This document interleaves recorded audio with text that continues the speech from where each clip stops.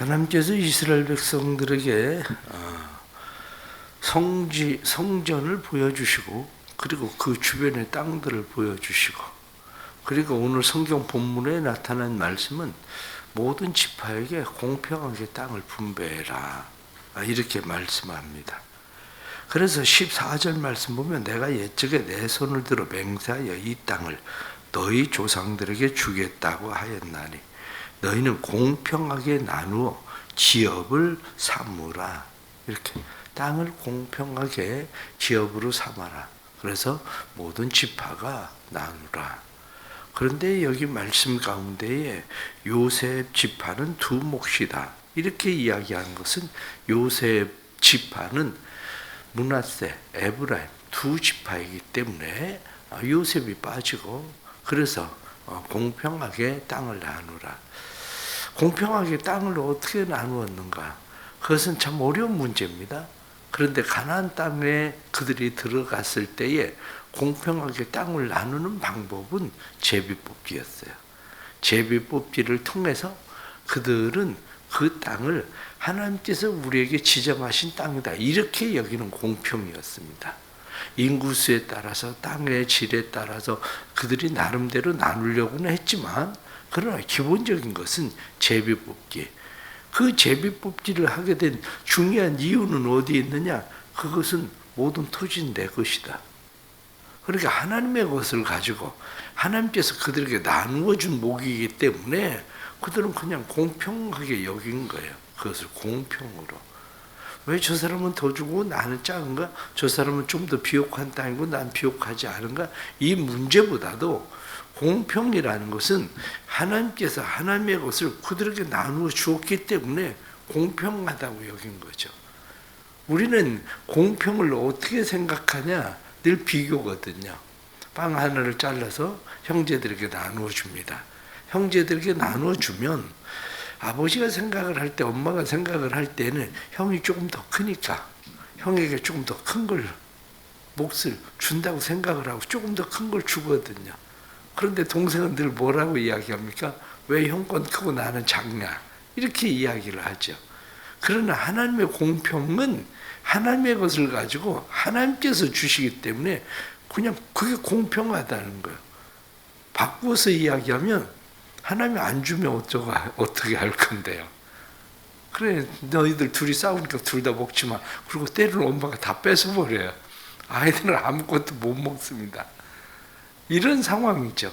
그렇기 때문에 공평은 비교의식에 의한 공평보다도 하나님이 주신 것, 하나님의 것을 가지고 하나님이 주셨기 때문에 받아들이는 입장에서 공평하다고 여기는 이 공평이 사실은 굉장히 큰 겁니다. 그런데 오늘 특별히 말씀을 드리려고 하는 것은 22절에 나타난 말씀을 보면 그렇게 되어 있습니다. 너희는 이 땅을 나누되 제비 뽑아. 이렇게 제비 뽑아. 그렇게 되어 있잖아요. 제비 뽑아. 너희와 너희 가운데 머물러 사는 타국인 곧 너희 가운데에 자녀를 낳은 자의 기업이 되게 할지니 너희는 그 타국인을 본토에서 난 이스라엘 족속같이 여기고 그들도 이스라엘 지파 중에서 너희와 함께 기업을 얻게 하되. 타국인에 대한 파격적인 하나님의 선처입니다. 타국인에 대해서도 하나님께서 파격적으로 너희가 살고 있는 이 땅, 이것도 내 것이다. 그러니까 너희는 이 땅에서 타국인에게도 나누어 주어라. 이렇게 하나님 말씀하시는 거죠. 근데 요즘 우리가 이 땅의 문제는 우리나라만이 아니라 세계적으로 굉장히 심각한 문제들입니다. 땅의 문제, 이 땅의 문제가 사회주의 국가들에도 심각한 문제가 되어버린 거죠. 사회주의라고 이야기할 때 사회주의는 어떻습니까? 기본적으로 사회주의는 땅은 국가 소유예요. 국가 소유라, 국가가 그냥 임대를 해주고 있는 것 뿐이에요. 국가 소유라. 그런데 언제 문제가 생겼습니까? 몽골 같은 경우도 지금 땅 10만 평 달라고 그러면 10만 평도 줍니다. 사막이라 그렇지. 아니면 황량한 들판이 광야라 그렇지. 그런데 문제는 어디에서 생기는 거냐면 도시 집중화죠. 옛날에 농사를 지을 때는 땅을 국가가 분배를 했어요. 30년, 50년. 그래서 30년, 50년 동안 사회주의 국가는 땅 네 거 아니야? 50년 되면 반환해? 30년 되면 반환해? 그래, 30년 동안 쓰려면 얼마를 내? 국가가 다시 필요하면 30년 동안 15년 살았지? 그러니까 절반은 돌려줄게. 그러니까 딴 데 가서 살아. 그냥 뺏으면 회수하면 됩니다. 근데 문제는 건물의 문제가 생기기 시작한 거예요. 건물의 문제가, 건물을 지어놨는데 10년 만에 그 땅 도로 내놔. 그럼 나 건물을 어떻게 하고요? 건물을 어떻게 보상받죠? 이 문제가 이제 문제가 되기 시작을 하는 거죠. 이 건물의 문제가 되기 시작을 하면서 이 보상의 문제를 어떻게 할까? 그러니까 쉽게 국가가 그 건물의 가치를 보상을 해줘야 되니까 쉽게 뺏을 수가 없는 상황들이 점점 돼버린 거죠. 그러면서 사회주의 국가도 공식적으로는 땅은 국가의 소유다 이렇게 이야기하지만 그게 이제 문제가 되기 시작을 한 거예요.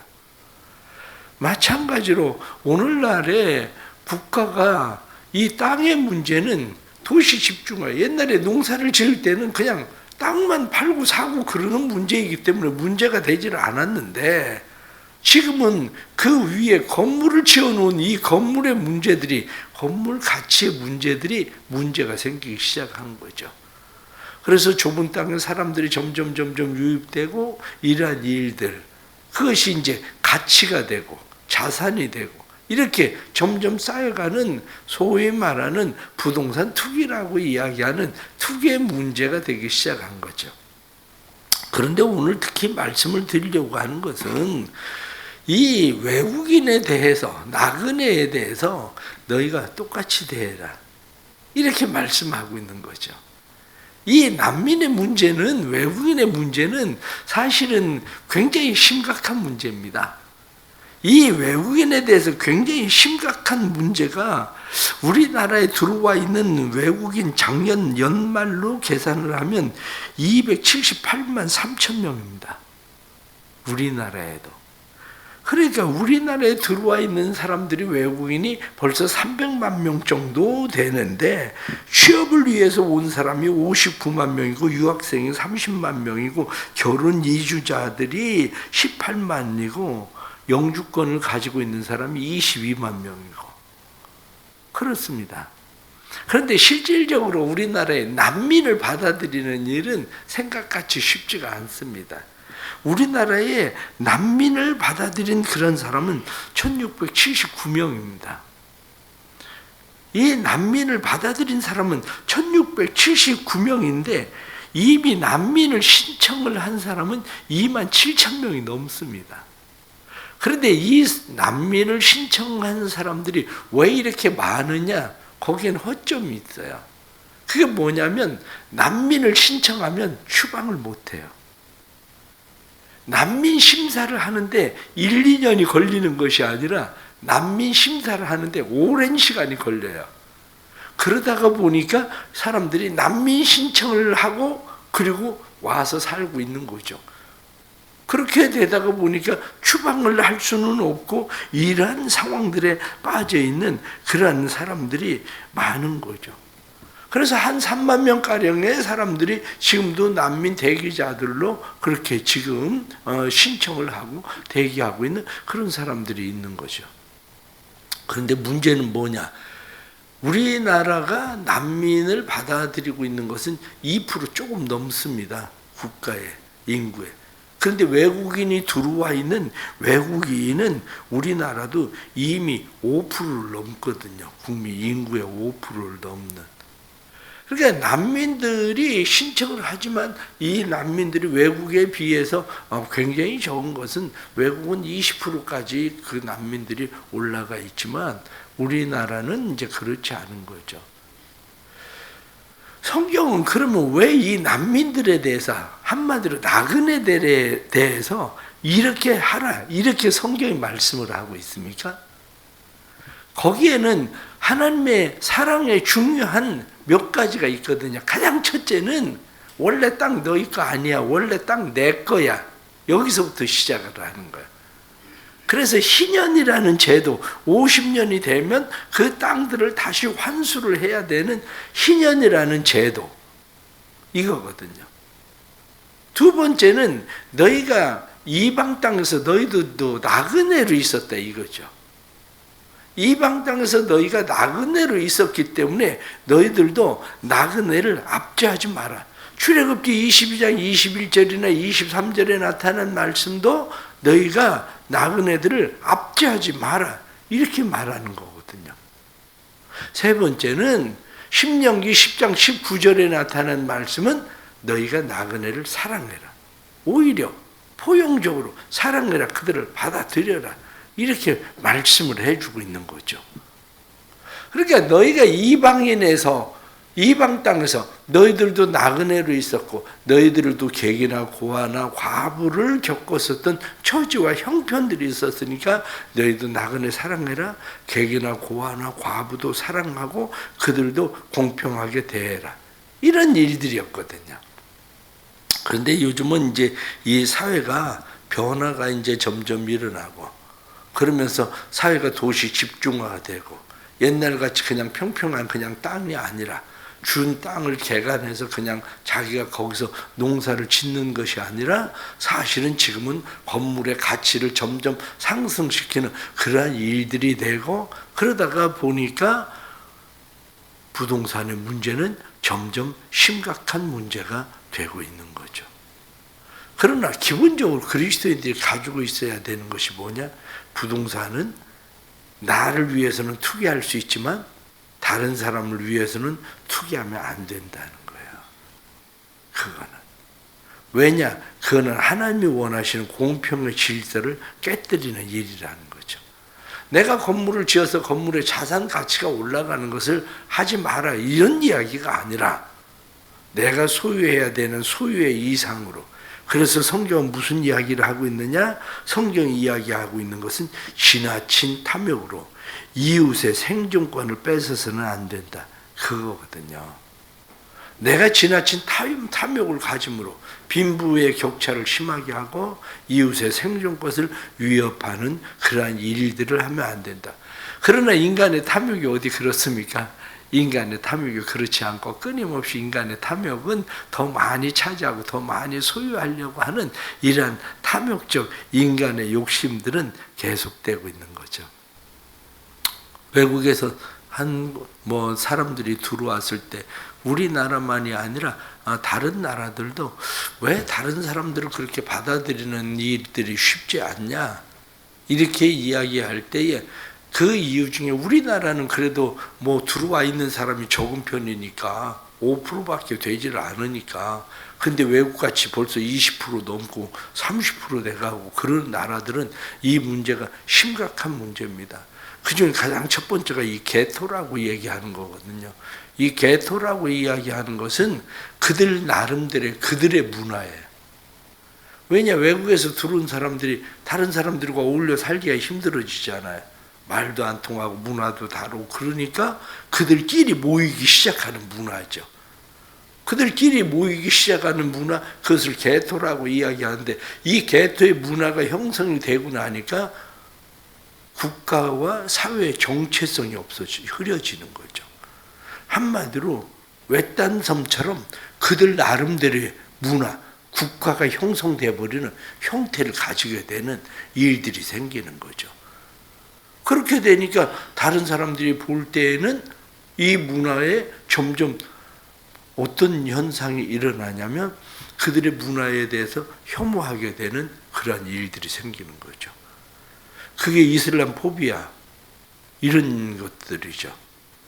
외국인 포비아 같은 일들이 점점 종교 포비아, 그러니까 그래서 종교 포비아 그렇게 이야기하면 그게 바로 이슬람 포비아 이렇게 이야기하는 그런 거거든요.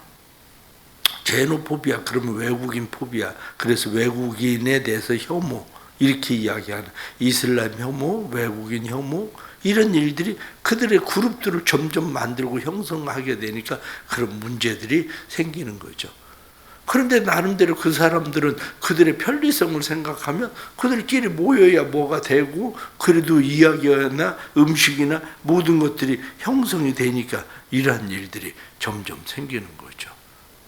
그러면서 일자리의 문제도 사실은 우리나라 같은 경우도 일자리의 문제가 어떻습니까? 일자리의 문제가 아무리 외국인들을 간병인으로 제한적으로 쓰게 만들어도 병원들은 어떻습니까? 외국인 간병인들을 써야 비용도 적게 들고, 그러니까 외국인 간병인들을 쓰게 되고, 외국인 간병인을 쓰면 대신 한국 사람들이 들어갈 일자리가 점점 없어지고, 이런 문제들이 심각하게 일어나는 거죠. 그런 문제들이. 더군다나 노동 현장 같은 경우는 노동 현장이 지금 우리나라 사람들이 노동 현장에서 노조에 의해서 마비되는 일들도 일어나지만 지금은 심각하게 일어나는 것 중에 하나가 뭐냐면 외국인들의 거부예요.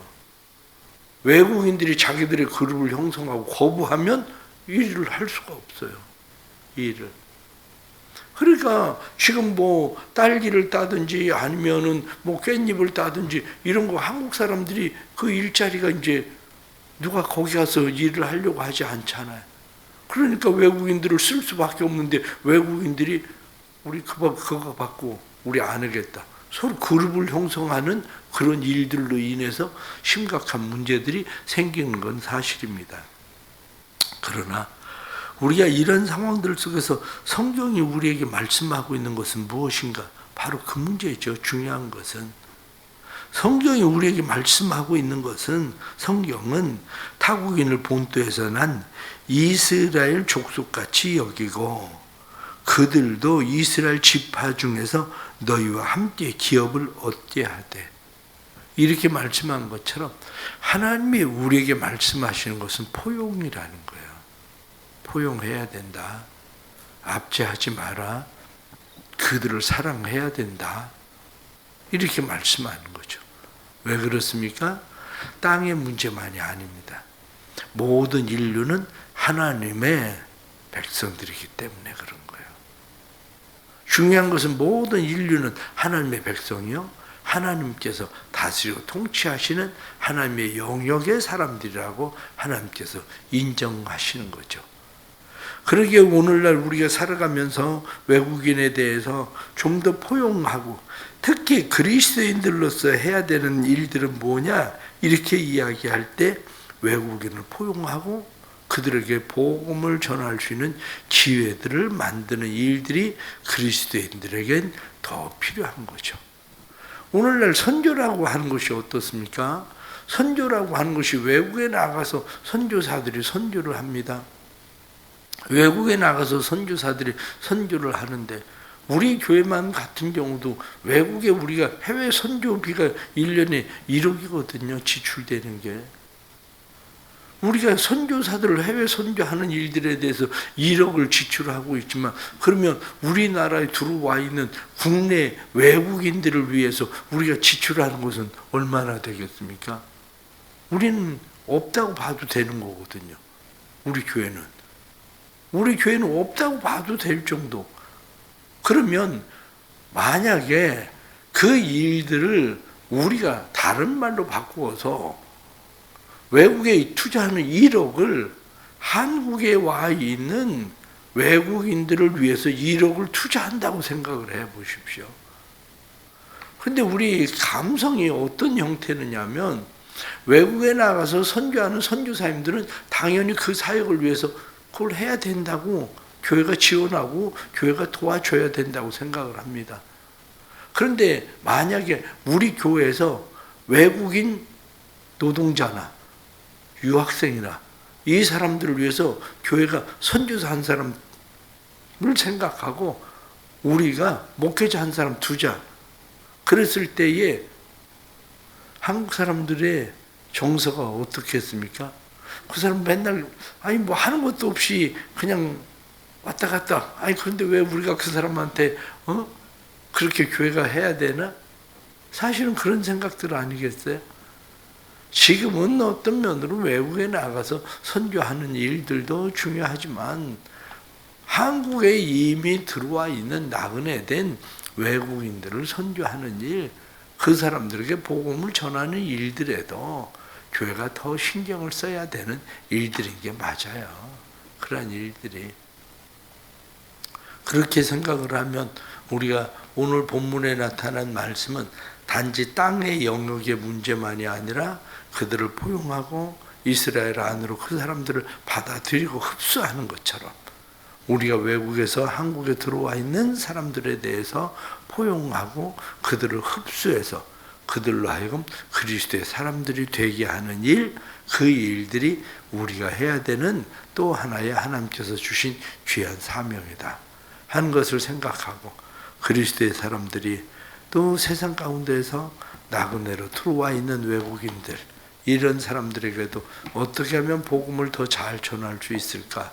그들로 하여금 우리 안에 그들이 머무를 수 있는 그러한 나라, 교회들을 만들 수 있을까에 대해서 더 신경을 써야 되는 일들인 것 같습니다.